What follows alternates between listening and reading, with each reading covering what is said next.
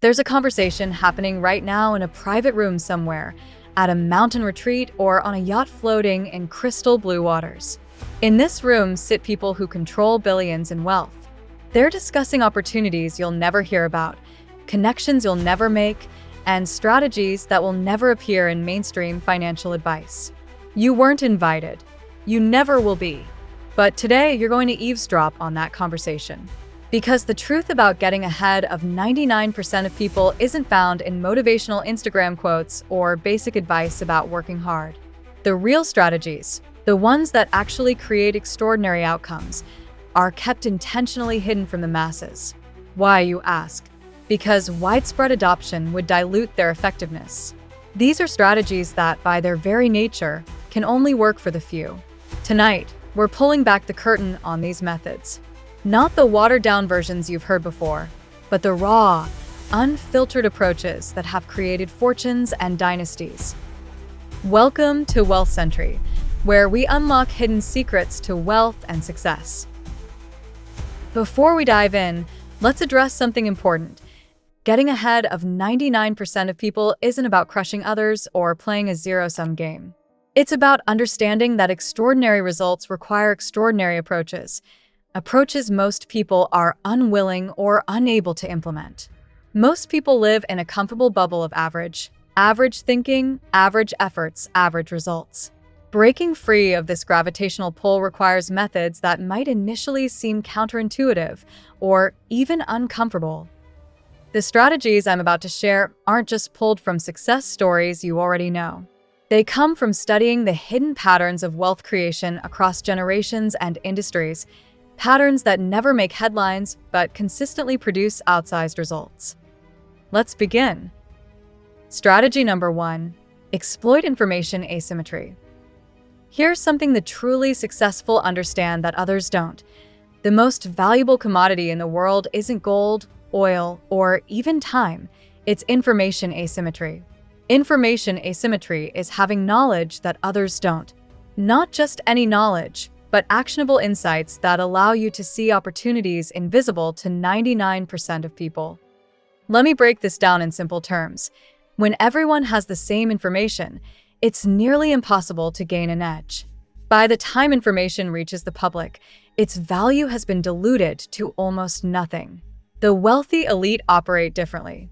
They build systems to acquire information before others, verify it through private networks, and act on it while the majority are still in the dark. How do they do this? Through what I call proximity cultivation. They deliberately position themselves adjacent to information flows. They join boards, invest in emerging sectors, build relationships with domain experts, and create networks that serve as early warning systems for shifts in industries, regulations, and markets. One wealth creator I studied never makes an investment without first speaking to at least 3 operators with boots on the ground in that industry. Not analysts, not commentators. People actually doing the work day to day who can provide insights you'll never find in a research report.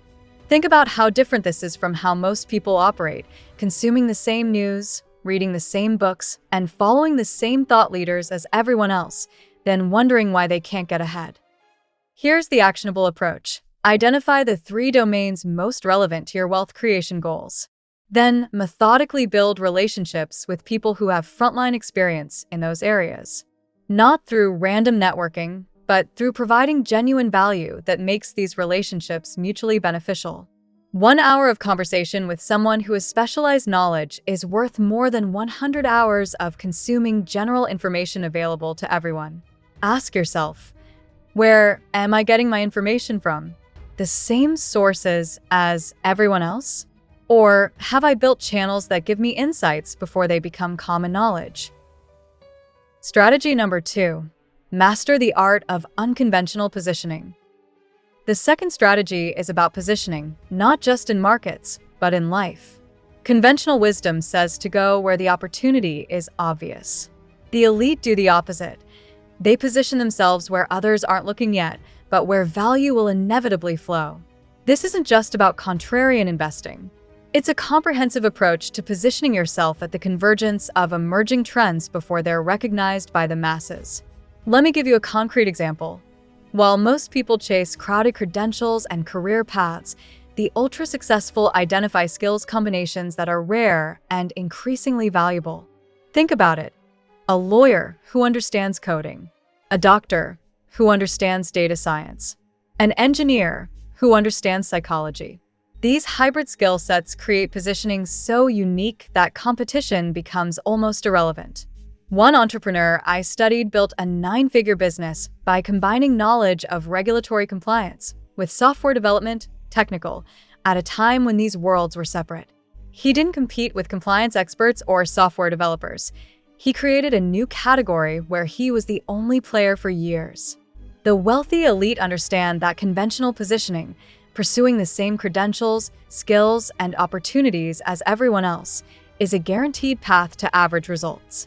They deliberately cultivate uncommon combinations that create asymmetric opportunities. Here's the implementation approach. Identify your primary skill or knowledge area. Then, instead of going deeper in that single domain as most would advise, select an adjacent or completely unrelated field and build substantial knowledge there too. The intersection of these domains is where extraordinary opportunity often lies. Ask yourself, am I positioning myself on the same path as thousands of others, or am I creating a unique position that will be valuable in the coming years? Strategy number 3. Build an opportunity acquisition machine. The third strategy is perhaps the most powerful, yet least discussed, creating systems that automatically bring opportunities to you. Most people spend their lives chasing opportunities. The extraordinary few build machines that attract opportunities to them without active pursuit. Let me explain what this means in practical terms. The ultra-successful don't find opportunities. They become opportunity magnets through what I call engineered serendipity. They create conditions where valuable chances, connections, and insights naturally flow to them. They build systems that filter the noise and amplify the signals most likely to create outsized returns. This isn't about hope or luck. It's an intentional, systematic approach to positioning yourself at the center of opportunity flows. Here's how they do it. First, they create disproportionate value for a carefully selected network. Not random networking, strategic relationship cultivation with people positioned to encounter valuable opportunities. Second, they develop a reputation for speed and execution that makes them the first call when opportunities arise. When something promising emerges, they don't just get told about it, they get offered participation. Third, they maintain opportunity capital, resources kept deliberately liquid and available to deploy when rare chances appear.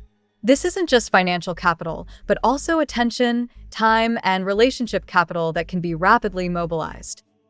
One wealth creator I've studied maintains what he calls a living opportunity document, a constantly updated analysis of emerging spaces where he wants to be among the first to get calls.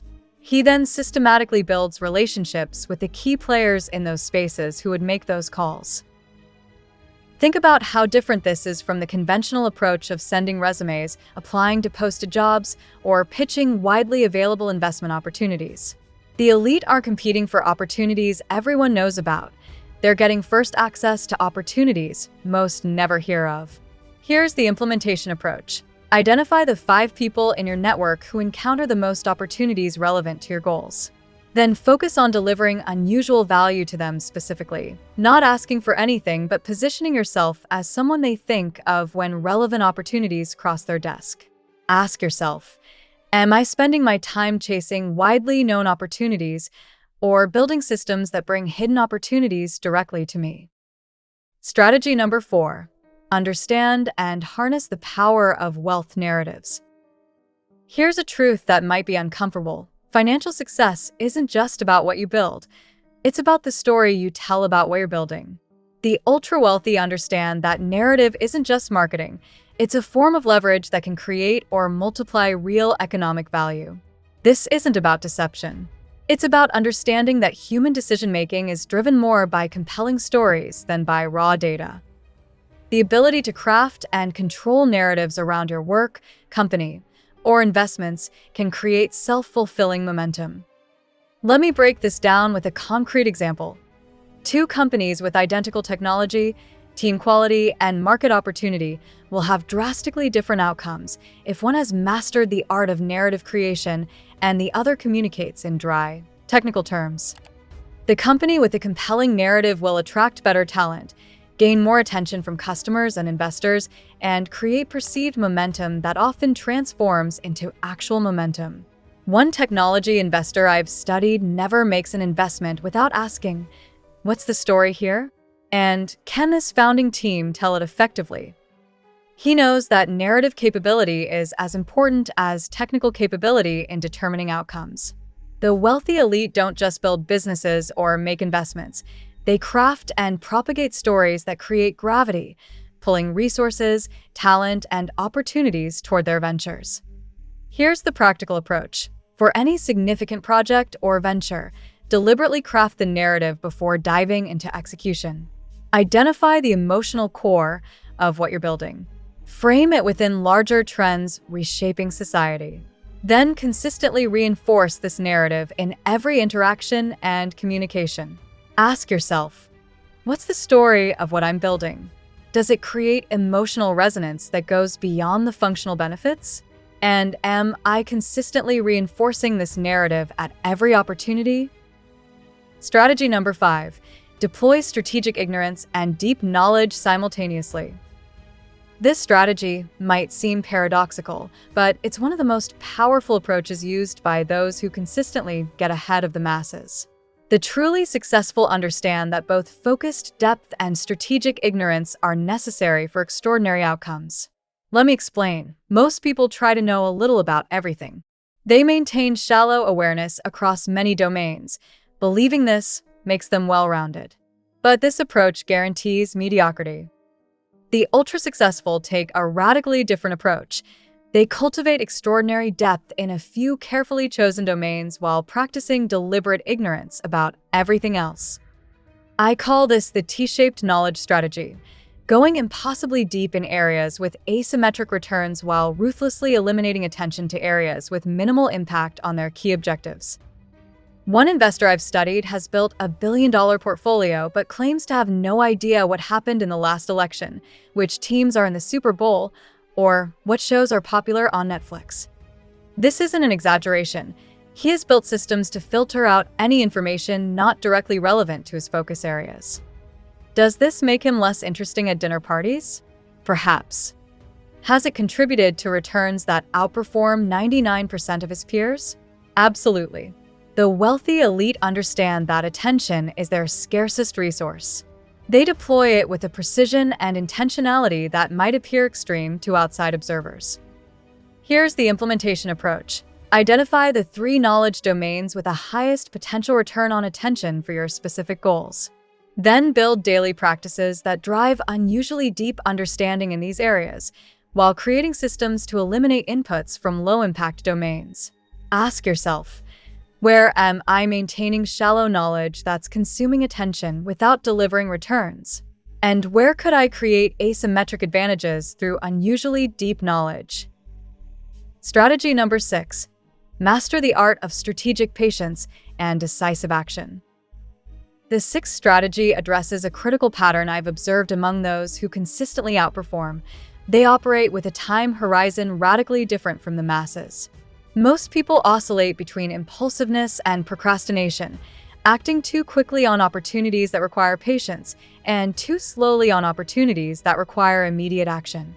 The extraordinary few do the opposite. They practice what I call strategic patience, the ability to wait extended periods for perfect conditions before acting with decisive speed when those conditions emerge. This isn't about being patient or decisive. It's about knowing precisely when each approach is optimal. Let me give you a concrete example. In investing, the average person jumps in and out of positions based on noise, news, and emotion. The wealthy elite often wait years for specific conditions to align, then deploy capital with extraordinary conviction and speed when those conditions appear. One investor I've studied made just 3 major investments over a 7-year period. Each time, he waited patiently for particular indicators to align, then deployed capital with such conviction that these 3 decisions ultimately generated more wealth than most active investors see in a lifetime of constant trading. The ultra-successful understand that most opportunities aren't worth pursuing, most timing is suboptimal, and most action is ultimately wasted energy. They save their firepower for rare moments when opportunity, timing, and capability align perfectly. Here's the implementation approach. For any major decision area, clearly define in advance the specific conditions that would warrant decisive action. Then practice genuine patience, not the restless waiting most mistake for patience, but the calm confidence that comes from knowing exactly what you're waiting for. Ask yourself, in which areas of my life am I acting too frequently, diluting my energy across too many opportunities? And where have I been procrastinating on decisions that actually require immediate action? Strategy number 7. Build and leverage intellectual property moats. The final strategy focuses on what might be the most underappreciated wealth-building approach used by the elite, the systematic creation of intellectual property moats. While most focus solely on income, trading time for money, the extraordinary few build assets that create persistent advantages and generate returns with minimal ongoing effort. I'm not just talking about patents or traditional IP here. I'm talking about systematically converting insights, methods, and approaches into proprietary systems that create ongoing value and barriers to competition. Let me break this down. The most successful individuals and companies don't just deliver products or services. They develop unique methodologies, frameworks, and systems that solve problems in ways that can't be easily replicated. One consultant I've studied never sells his time directly. Instead, he's developed a proprietary framework for solving specific business problems.